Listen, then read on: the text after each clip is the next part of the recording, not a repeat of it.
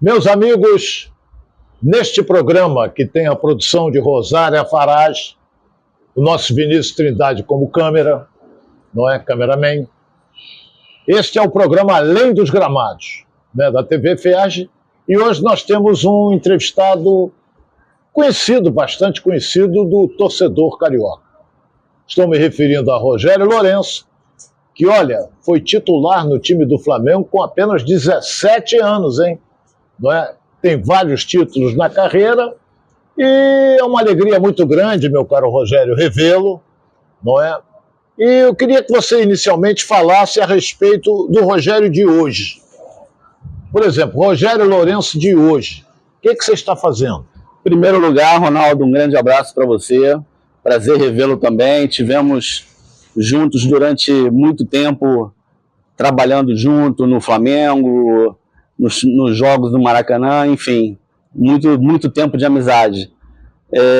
Bom, Ronaldo, hoje já tem algum tempo que eu não trabalho em equipe como treinador, que foi a carreira que eu escolhi pós a minha vida de atleta, de jogador, e hoje eu tenho escolas de futebol e tenho uma equipe de competição dos 8 aos 14 anos, que disputam os campeonatos da federação, disputam o campeonato metropolitano, e a gente está trabalhando muito com essas crianças e procurando dar oportunidades para elas, delas alcançarem o sonho delas. Você, por exemplo, hoje está no Fla Rio Mar Barra. Isso, eu tenho um centro de treinamento no condomínio Rio Mar, que fica na Barra da Tijuca. São 3 campos tamanho society, mas a gente está já projetando fazer um campo oficial para dar mais qualidade ainda ao trabalho. Você, por exemplo, Rogério, tem um detalhe importante. Você trabalha com meninos de 7 a 14 anos, não é? Aquele menino que tem vocação para jogar futebol. Eu tenho uma virtude. Por exemplo, se eu for ver um jogo teu, da tua garotada, só a maneira daquele menino bater na bola, eu digo, esse cara tem futuro. Acho que tropeçam, estão ali, mais que o pai diz que joga muito, o pai sempre às vezes atrapalha. Mas aí você tem que ter noção do garoto, a movimentação dele, como é que ele corre, como é que ele bate na bola. E você, olha bem, você com 10 anos estava na escolinha do Vasco. É verdade, verdade. Eu comecei na escolinha do Vasco com 8 anos de idade, fiquei até os 12, porque na época o Vasco era mais próximo da minha casa, mas eu já era flamenguista. Então a família toda, a família toda era flamenguista. Então eu me transferi para o Flamengo muito mais pelo amor pelo Flamengo do que propriamente por alguma questão profissional, porque uma criança com 10, 12 anos só pensa em jogar no seu clube de coração. E nas escolas de futebol e nas equipes de futebol de base, nós temos todo tipo de jogador, né? Todo tipo de atleta. Tem aqueles que jogam só por diversão, aqueles que jogam por problemas de saúde, e tem aqueles que têm talento e possibilidade de se tornar um atleta profissional. Então você tem que saber distinguir o que esses atletas estão realmente querendo para você trabalhar em cima do que eles querem. O que você passa, o que você ensina para esse menino, Rogério? Olha, a principal coisa é saber que é uma profissão muito difícil, que não é fácil como, de repente, muitas pessoas pensam. Tem que abrir mão de muita coisa, acordar cedo, abrir mão de finais de semana, que de repente vai ter uma festa com a namoradinha, mas não vai poder ir porque vai ter que dormir cedo para descansar para o jogo no dia seguinte. Tem que treinar muito forte todos os dias, tem que ter uma alimentação muito regrada. Eu costumo dizer o seguinte, que são um pilar de 3 pontos: alimentação, descanso e treinamento. Se uma dessas falhar, o jogador não vai. Você colocou 3 pontos importantes, eu vou acrescentar mais um. Fundamental também é orientar o menino no sentido de que prioridade também no estudo. Perfeito, perfeito. Na nossa época, na minha época como atleta, não havia essa preocupação em manter os atletas estudando. não é? Mas é muito importante, não é pelo fato dele não ser jogador, não é só isso. É que a carreira dele vai acabar com 33, 35 anos. Com 35 anos, ele pode estar milionário. Se ele não estudou, ele não vai saber o que fazer com aquele dinheiro. E aí muitos se perdem porque quer manter o mesmo nível de vida e acaba no mesmo padrão de vida de quando jogava, e é uma fase que só começa a sair, né? Só começa a sair. Então ele acaba tendo problemas na sua vida pessoal. Eu estou vendo aqui no seu histórico, de 81 a 83, você estava no Vasco. Sim, sim. Você disputou o Sub-11 e também o Sub-13. Eu queria falar para o presidente, acabei esquecendo. Eu disputei o primeiro campeonato de escolinhas da Federação do Rio de Janeiro. Foi o primeiro campeonato de escolinhas, foi em 1983. Tenho lá um diploma na minha casa, com a assinatura do Dr. Otávio Pinto Guimarães, na ocasião, presidente. Presidente da FER. Foi o primeiro campeonato de escolinhas da Federação do Rio de Janeiro. Isso aí mostra há quanto tempo a Federação do Rio já promove, já incentiva as crianças. É verdade. Aqui nós temos várias competições, mas o fundamental é o estudo da criança, porque senão ela vai parar de estudar para jogar futebol. Não deu certo, verdade. Complica. Fundamental. Estudo não pode parar, não pode. Pode, de repente, estar num colégio mais fraco, tem que saber juntar uma coisa com a outra. Quando chegou em 1984, você era garoto ainda, 13 anos, aí você foi para o Flamengo. Como é que foi a sua ida? Quem pensou, você arriscou? Saiu do Vasco, naquela época não tinha negócio de contrato de gaveta que te prendia? Não tinha. Aí você foi assim no peito, na raça pro Flamengo, ou alguém te chamou? Fui no peito, na raça. Na verdade, eu estava jogando no Flamengo e eu fui fazer um teste no núcleo do Flamengo. Eu estava jogando no Vasco, né? Mas eu descobri que tinha um núcleo do Flamengo em Cabo Sul. Nova Iguaçu? Nova Iguaçu. E eu morava em Irajara, pegar a Dutra ali direto e ir embora. É longe, né? Não é perto, não. Longe. Então eu fui fazer esse teste lá. Aí fui muito bem recebido na ocasião pelo Paulo César Fala Fino, que revelou o Zinho. Uma pessoa de Nova Iguaçu? De Nova Iguaçu, uma pessoa espetacular. Ele falou, como você está no Vasco, continua lá no Vasco. Quando terminar o campeonato, você se apresenta ao Flamengo. Aí quando terminou o campeonato, o Isaías Tinoco já estava sabendo, me apresentei ao Flamengo e a minha transferência não teve problema nenhum, porque a lei permitia. Estou vendo aqui, 84 o Flamengo, tu ficou até 94, tu ficou 10 anos no Flamengo. 10 anos e eu ganhei título todos os anos. Se eu fosse atleta amador, eu tinha o título de sócio laureado. Porque o sócio laureado, se ganhar 10 anos seguidos, ele ganha o título de sócio laureado. Você subiu para treinar e chegou a jogar no time titular do Flamengo com apenas 17 anos. 17 anos. Qual foi o primeiro zagueiro que foi teu companheiro? Com 17 anos, o técnico era o TB Santana. Foi um jogo em Curitiba, Flamengo e Curitiba, naquele brasileiro, campeonato brasileiro, que se houvesse empate, tinha disputa de pênalti. Né? E foi o meu companheiro de zaga, o Aldair, tomou o terceiro cartão amarelo. Aí nesse jogo foi o Dario Pereira, mas acabou que eu acabei sendo titular, tomando a vaga do Dario Pereira. Que jogava muito, foi um dos maiores zagueiros uruguaios aí da história. Você falou num treinador que normalmente, neste programa Além dos Gramados, que está no ar agora pela TV Ferge, você falou num treinador que eu sempre encho o peito e digo o seguinte: foi o maior treinador com quem eu trabalhei. Trabalhei não é jogando futebol, como repórter. Meu amigo que está no céu, Tele Santana. Não, espetacular, não tem palavras para dizer sobre o Tele Santana. Ele realmente se preocupava em melhorar o jogador. Ele treinava muito a parte técnica, muito a parte de aprimorar o passe, aprimorar o domínio, aprimorar a condução de bola, porque ele falava que não adiantava ele fazer o melhor esquema tático se o jogador não conseguia realizar um passe de 5 metros. Então ele eu acho que não foi por acaso que aquela seleção maravilhosa de 82 também tinha jogadores, todos eram altamente técnicos. Eu acho que ele tem muita responsabilidade em cima desses atletas. Eu tive a felicidade de acompanhar esta seleção de 82, e eu lembro bem, num treinamento na Toca da Raposa, o lateral direito era o Edivaldo Cavalo, entendeu? E o Tele ficava com ele assim, pegava a bola, um exemplo, não era no bico, bem, quase aquele, um pouquinho, ó, chegando para a intermediária, e rolava para o Edivaldo para ele cruzar. Ele cruzava uma, cruzava duas, o Tele falou assim, eu quero que você cruze aqui, onde eu estou. E ele toda hora insistia. O Edivaldo ficava batendo, ia sair até com a perna doída. Mas, quer dizer, depois o Edivaldo, quando voltou para o Fluminense, passou a ser um dos melhores laterais cruzando bola.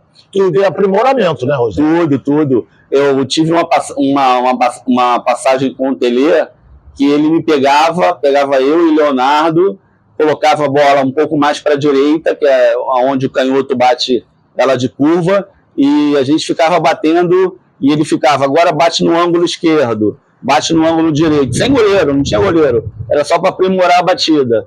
Isso aí acontecia sempre. E ele não abria mão da primeira parte do treinamento ser voltado para os fundamentos técnicos, o aprimoramento técnico. Todo dia tinha 30, 40 minutos de fundamento técnico. Depois entrava na parte tática do treinamento. Você, por acaso, Rogério, na sua casa você tem, não digo arquivo, mas você tem um setor em que você está ali, Rogério no Flamengo, Rogério no Vasco, Rogério no Cruzeiro, fotos, história, tem isso? Tenho. Eu me mudei há pouco tempo, né? Eu me mudei para a freguesia tem uns 3 anos, e eu fiquei pensando o que eu ia colocar para poder marcar a minha carreira. Então, eu coloquei 3 camisas que dizem muito da minha carreira. Eu coloquei no quadro uma camisa do Flamengo, uma camisa do Cruzeiro e uma camisa da Seleção Brasileira. Porque, mesmo tendo sido convocado poucas vezes na seleção, mas eu joguei em todas as categorias de base e fui campeão como treinador de seleção de base. Então também tem uma passagem assim marcada na seleção brasileira. 282 jogos com a camisa do Flamengo. É uma lenda. Eu fiquei muito no banco também. Se eu tivesse jogado o tempo que eu fiquei no banco, acho que passava dos 400 aí. Né? E fez 27 gols. Mais gols de falta ou gol de cabeça? Mais gols de falta. Batia bem na bola, tinha uma boa batida e conseguia fazer bem. Você, por exemplo, eu estou vendo aqui no Cruzeiro, jogou 71 vezes e fez só 8 gols. Também você está fazendo a média. Né? A minha média era mais ou menos 1 gol a cada 10 jogos, né? Por aí. Mas no Cruzeiro, eu acho que aí entra um arrependimento da minha carreira como atleta. Eu, quando saí do Cruzeiro em 95, que eu fui emprestado para o Vasco, eu saí pela minha vontade, porque eu, garotão, novo, queria voltar para o Rio de Janeiro, estava em BH, não tinha praia, e aí a minha carreira deu uma desandada, porque eu estava muito bem no Cruzeiro. E se eu continuasse jogando no Cruzeiro o que eu estava jogando, tinha tudo para ir para a Copa do Mundo de 98. Mas não tenho nada a reclamar, não. Foi muito bom. Por exemplo, o Cruzeiro de Belo Horizonte, uma das grandes equipes do futebol brasileiro, na década de 60 teve uma das melhores equipes do Brasil. Porque naquela época, na década de 60, tinha o Botafogo com uma grande equipe, tinha o Santos com Pelé, né? Tinha o Cruzeiro com Tostão, Dirceu Lopes, aquela turma toda. Uma história que tem o Cruzeiro de Belo Horizonte. Qual era o teu companheiro de zaga no Cruzeiro? Meu companheiro, eu cheguei a pegar o Luizinho. Luizinho, zagueiro. Foi uma grande honra ter jogado com o Luizinho. Muito técnico, hein? Muito técnico. Aí eu tinha que ser mais grosso ali. E joguei com o Cerezo também no Cruzeiro, outro remanescente de de 82, e nós fomos campeões da Libertadores em 97, então eu tenho muito orgulho de ter jogado pelo Cruzeiro, porque somente o time desses craques espetaculares aí, de Seu Lopes, todos esses aí, Natal, Piazza, que foram campeão em 74, se eu não me engano, da Libertadores. Então a gente tem uma história muito bonita lá no Cruzeiro também. Porque o Cruzeiro tinha... O rival sempre foi o Atlético Mineiro. Sempre foi. Sempre foi. Agora, por exemplo, você, das vezes que enfrentou o Atlético, tem mais vitória ou derrota? Tenho mais vitória. Inclusive, eu tenho um dado muito interessante, que eu joguei um Cruzeiro e Atlético decisão de turno, que nós ganhamos de 2-1 e eu fiz os 2 gols. Eu fiz os 2 gols. Mineirão. Mineirão com 100 mil pessoas. E não tinha acontecido isso de um zagueiro fazer 2 gols num jogo que desse a vitória tanto para uma equipe como para outra. Foi marcante. Marcante, um detalhe bastante curioso. Nós estamos aí chegando na década de 80, mais ou menos, no Cruzeiro, não 90. Você estava no Cruzeiro. 94, 95 e 97. 97, lembrando. Agora, depois você foi Guarani Paraná. Jogou no Fluminense? Não joguei no Fluminense. Que Fluminense é esse que está aqui? O que aconteceu? Tá 17 jogos, 2 gols. Não, eu não joguei no Fluminense. Porque... Ou é Fluminense de feira? Não, também não é de feira. Eu vou te contar a história, que é uma história interessante. Eu estava treinando no Flamengo sem contrato. Eu tinha recebido o passe do Cruzeiro na ocasião. Eu estava treinando no Flamengo. O nosso querido Francisco Horta entrou em contato comigo, e me chamou para ir nas Laranjeiras. Aí eu fui às Laranjeiras, estava ele, Parreira e o Américo Faria, que estavam assumindo o Fluminense. Aí conversaram comigo, queriam contar comigo. Aí o Edmundo Santos Silva, que era o presidente do Flamengo, ficou sabendo. Aí no dia seguinte, o Edmundo Santos Silva vem aqui na Gávea. Aí eu fui na Gávea e assinei um contrato com o Flamengo. Não deixou eu ir para o Fluminense. É verdade. Então ficou essa coisa de que até hoje as pessoas perguntam: você passou pelo Fluminense? Não. Só fui... Passou na porta, mas não entrou. Passei lá, fui só tomar um copo d'água. Aí você ficou no Flamengo com o Edmundo Santos Silva, que às vezes eu encontro com ele em Botafogo, gente finíssima. Gente finíssima. Eu encontro com ele em Botafogo. Agora, Rogério, saindo dessa década de 90, vamos subindo mais o degrau, vamos chegar no momento atual em que o Flamengo levantou o título carioca. Na sua opinião, você que foi um belo jogador, você acha que o Flamengo de hoje, o Flamengo que ganhou o Fluminense no primeiro jogo, empatou o segundo, foi campeão carioca, e o Flamengo que vai disputar agora o Campeonato Brasileiro, você acha que, em termos de técnica, em termos de elenco, o Flamengo está acima dos demais? Ronaldo, sem dúvida. Eu acredito que o Flamengo está, se a gente for falar aí de prateleiras, né, que está na moda aí o pessoal falar em prateleiras, o Flamengo está sozinho nessa primeira prateleira. Aí abaixo podem vir outras equipes, mas é uma equipe muito forte, em todas as posições tem recomposição de jogadores de qualidade, e tem um detalhe fora de campo muito interessante. Eu conheci o Felipe Luiz, conversei com ele, o filho dele joga na minha escola de futebol na Barra, a gente conversou várias vezes, é um cara realmente dedicado, dedicado ao estudo do futebol, se preocupa em querer melhorar cada vez mais, e, na minha opinião, o segredo do Flamengo, o preparador físico Diogo Linhares, trabalhou comigo na base do Flamengo, na Seleção Brasileira Sub-20, e eu ganhei muitos jogos no segundo tempo na parte física. É um preparador físico espetacular. O Flamengo teve umas lesões aí de músculo que acontecem, mas eu acho que fisicamente o Flamengo vai estar voando também. Porque a gente pega, por exemplo, alguns times brasileiros, que normalmente isso aí acontece em rádio, em televisão, quando está prestes a começar uma competição como o Campeonato Brasileiro, que é um dos mais difíceis do mundo. Por que eu digo que é um dos mais difíceis do mundo? Porque 4, 5, 6 equipes brigam pelo título. É muito difícil. Eu não estou dizendo duas só, estou dizendo 5, 6 brigam pelo título. Muito difícil. Se eu tivesse que apontar hoje, Flamengo, Palmeiras, Atlético Mineiro, Internacional de Porto Alegre, o Grêmio é um clube de tradição, mas não está num bom momento. O próprio Cruzeiro também investiu muito.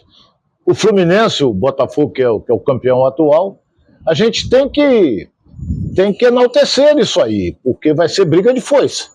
Não, o Campeonato Brasileiro, a partir do momento que virou pontos corridos, realmente ficou um campeonato muito mais difícil, porque o mata-mata ele é imprevisível.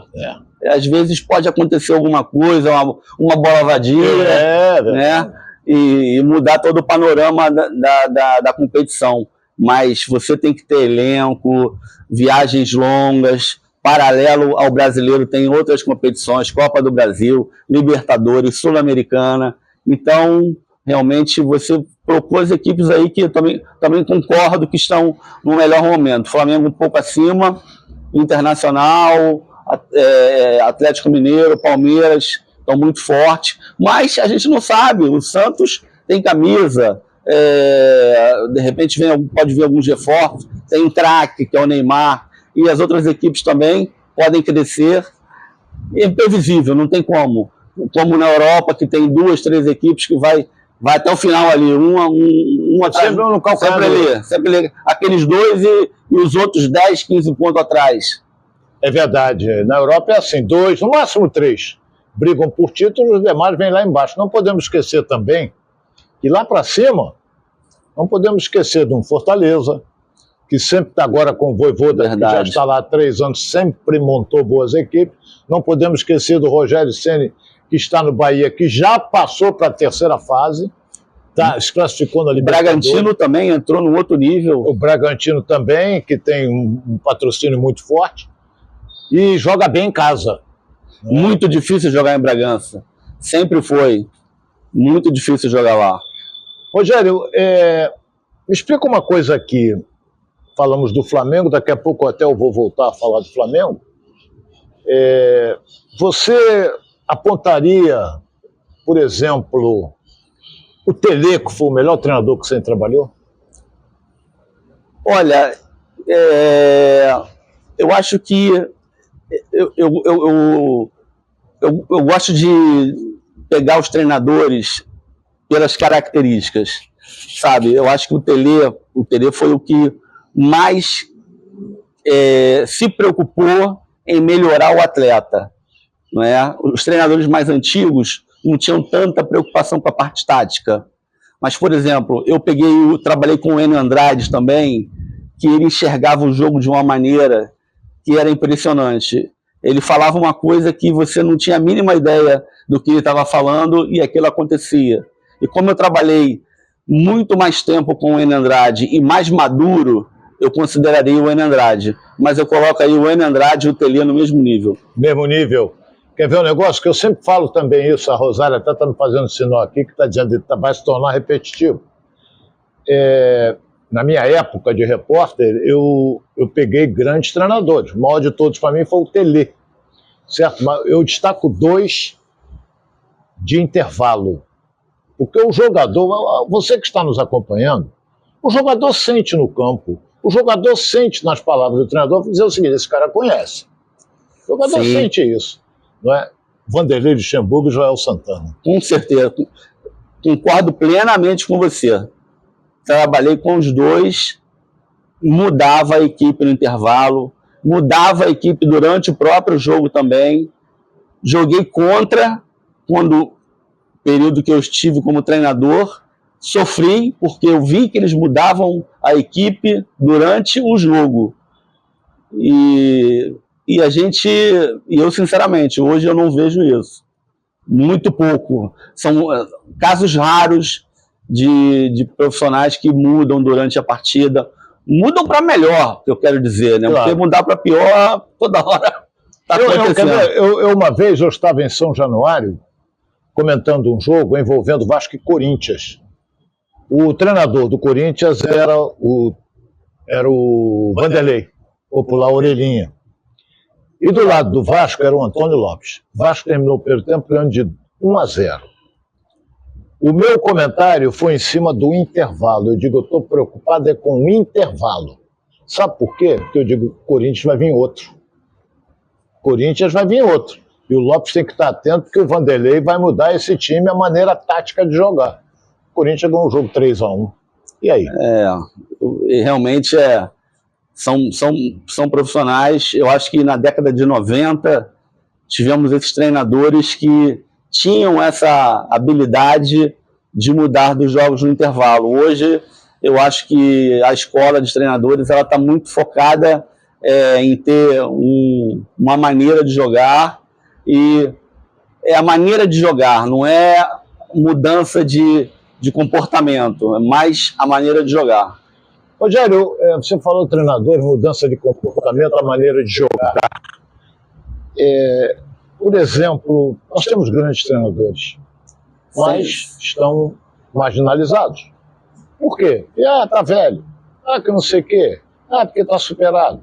Que tá isso. E agora se veio, depois do Jorge Jesus, que dirigiu o Flamengo muito bem, mas eu sempre digo o seguinte, fator 1, ele ficou 21 dias treinando esse time do Flamengo. No início tomou pancada. Sim. Não é? Aí depois ele pegou, ganhou a Libertadores, que o Flamengo foi bafejado pela sorte, porque o Gabigol fez 2 gols nos acréscimos, não é? Que o River Plate deu um show de bola, mas pregou, o Flamengo ganhou o jogo. Ótimo, o Flamengo ganhou, foi campeão. Sai do Flamengo, vai para o Benfica. E olha o elenco que o Flamengo tinha. O elenco que o Flamengo tinha. Ele sai daqui e vai para o Benfica. Ele não vai arrumar nada, não arruma nada. Aí é complicado. Aí já veio treinadores para o Vasco português, não tenho nada contra. É verdade. Português. Que dizem que lá a escola de Coimbra de treinadores é uma bela de uma escola, de uma faculdade de treinadores de futebol. Mas eu acho que temos que olhar com mais carinho e dar tempo ao tempo. Não é perder 2 vezes e mandar embora. Concordo com... Eu acho que o problema aqui é que é essa questão cultural, não é? Perde 2 partidas, 3 partidas, já manda o treinador embora, não se tem tempo para trabalhar. A gente vê aquele treinador do Liverpool que ganhou vários títulos, se for ganhar a Champions League, que era o objetivo, na 4ª temporada. Quem é que fica aqui até a 4ª temporada? Ninguém. Então, não, perdeu a primeira, já vai embora. Nós temos bons treinadores, sim. Agora, eu acho que a diferença é que eles têm essas escolas de estudos de futebol há mais tempo que a gente. Eles têm desde a década de 80, década de 90, a escola argentina também é muito boa, e a gente começou depois da Copa de 2014, depois daquele fatídico, né, 7-1 para a Alemanha. E a gente tem bons profissionais, só falta essa questão. Eu acho que a questão não é nacionalidade, é competência. Acho que o mundo inteiro tem bons profissionais e tem ruins profissionais, como em todas as áreas. Todas as profissões, tem razão. Você pegou uma borracha e apagou que não quer mais ser treinador de futebol? Não apaguei não, até porque isso está no sangue, corre no sangue. Eu ainda tenho vontade de voltar a ser treinador, né? Eu tenho outros objetivos paralelo à minha profissão de treinador, mas não apaguei não. Não apagou? A última vez que você foi treinador, quando foi? A última vez que eu fui foi na Arábia Saudita. Eu fui treinador do Al Nassr. Fui treinador do Al Nassr na hora errada, né? Porque eu não tinha o Cristiano Ronaldo. O Cristiano Ronaldo foi depois. Foi até 2020. Fiquei lá de 2017 a 2020. E aí, depois de 2020, veio a pandemia. Eu não quis trabalhar durante o período da pandemia. E desde 2020 eu estou sem trabalhar como treinador. É isso aí. Agora, mudando de um polo ao outro, está triste com as apresentações da seleção brasileira? Estou muito triste. Muito triste que a gente se acostumou com equipes, com jogadores com craques nas equipes. Toda a seleção brasileira tinha 3, 4 jogadores fora de série, mesmo não ganhando a Copa do Mundo, mesmo não indo bem.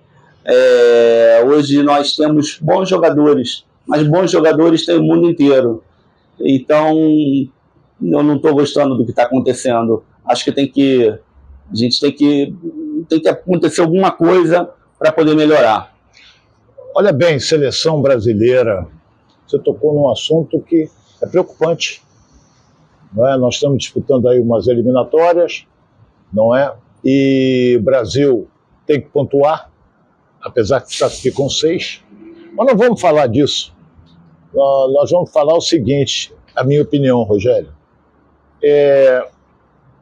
Por exemplo, o regulamento das competições alterou o número de estrangeiros. Passou para 9. Você não acha que tem clubes aí até com 11?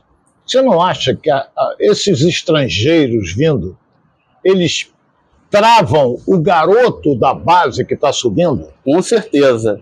Eu não posso aceitar ou não entendo uma escola paraguaia trazer 5 jogadores para cá e ser melhor do que os nossos da base. A gente, como era feito anteriormente, tinha a equipe titular com 2, 3 jogadores uruguaio, argentino, paraguaio, venezuelano, não que venezuelano hockey, beisebol, aquelas coisas lá.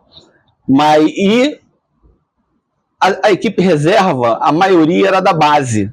E isso aconteceu se você pegar todos os grandes campeões de várias épocas, por exemplo, Flamengo de 81, o Atlético Mineiro dos anos 80, o Grêmio do início dos anos 80, todo mundo da casa. E então, com 1 ou 2 estrangeiros, 3. Agora, o estrangeiro para vir para cá, ele tem que ser diferente, ele tem que fazer a diferença. Agora, você trazer um estrangeiro para ser mais um, ou para ficar no banco, aí você está tirando o espaço de um possível talento que você tem ali e não está conseguindo enxergar. Você, por exemplo, que trabalha com base, você tem um garoto que está despontando, vem bem, esse garoto aí vai dar caldo. De uma hora para outra o clube contrata um estrangeiro, esse garoto murcha? Com certeza murcha. Eu posso falar por mim mesmo, porque quando eu assumi a titularidade do Flamengo com 17 anos, porque você, de 17 anos até uns 22, é uma idade de muita instabilidade. Você joga bem, você joga mal, você está naquele momento saindo da adolescência para se tornar um homem, você pode se deslumbrar, pode aparecer aquelas meninas. Então, muitas coisas acontecem. E aí, a partir do momento que o clube começa a contratar para a tua posição, você, poxa, trouxeram o cara para a minha posição. Aí você dá uma murchada.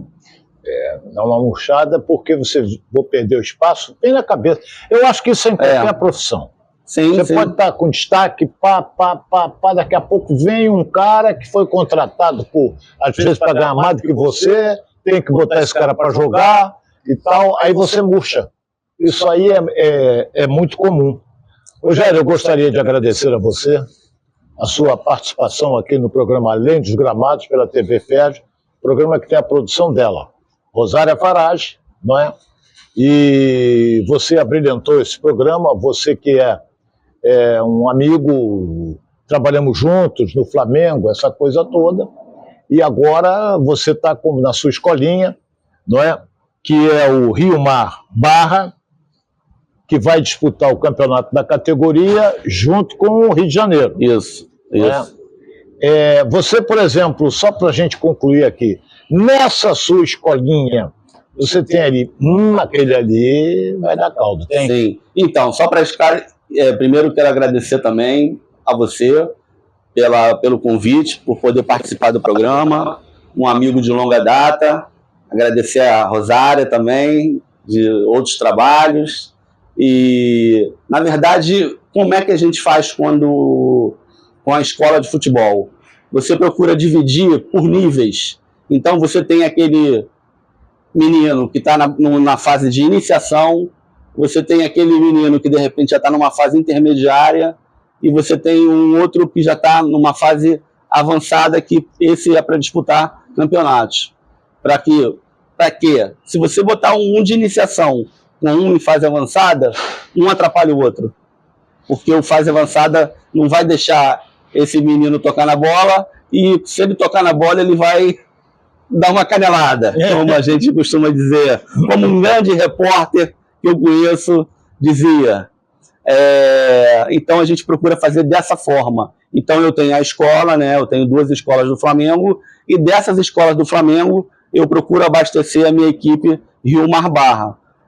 A gente consegue ver meninos com potencial, mas é muito difícil de chegar ao profissional. Não é fácil, eles têm que trabalhar muito, abrir mão de muitas coisas, mas a gente faz o máximo para poder ajudar eles. Rogério, muito obrigado pela sua participação. Gostei Obrigado. de te ver.